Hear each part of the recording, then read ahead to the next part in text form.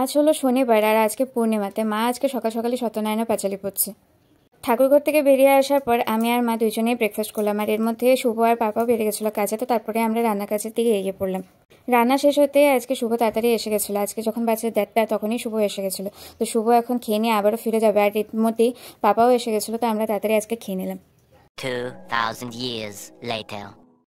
মা রাতেবেলা পাপার কাছ থেকে পেলো একটা স্পেশাল গিফট। মায়ের একটা চটিটা ছিঁড়ে গেছিলো, তো পাপা মায়ের জন্য একটা চটি এনেছিল। কিন্তু দুঃখের বিষয় এটাই যে পাপা এত কষ্ট করে এনে দেওয়ার পরেও মায়ের পায়ে আর হয়নি। নাও তোমার সারপ্রাইজ, তোমার ফেভারিট পরোটা এনে দিয়েছে পাপায়।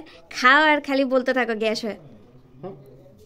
কোনো হয় না, সপ্তাহে একদিন খেলে কিচ্ছু হয় না।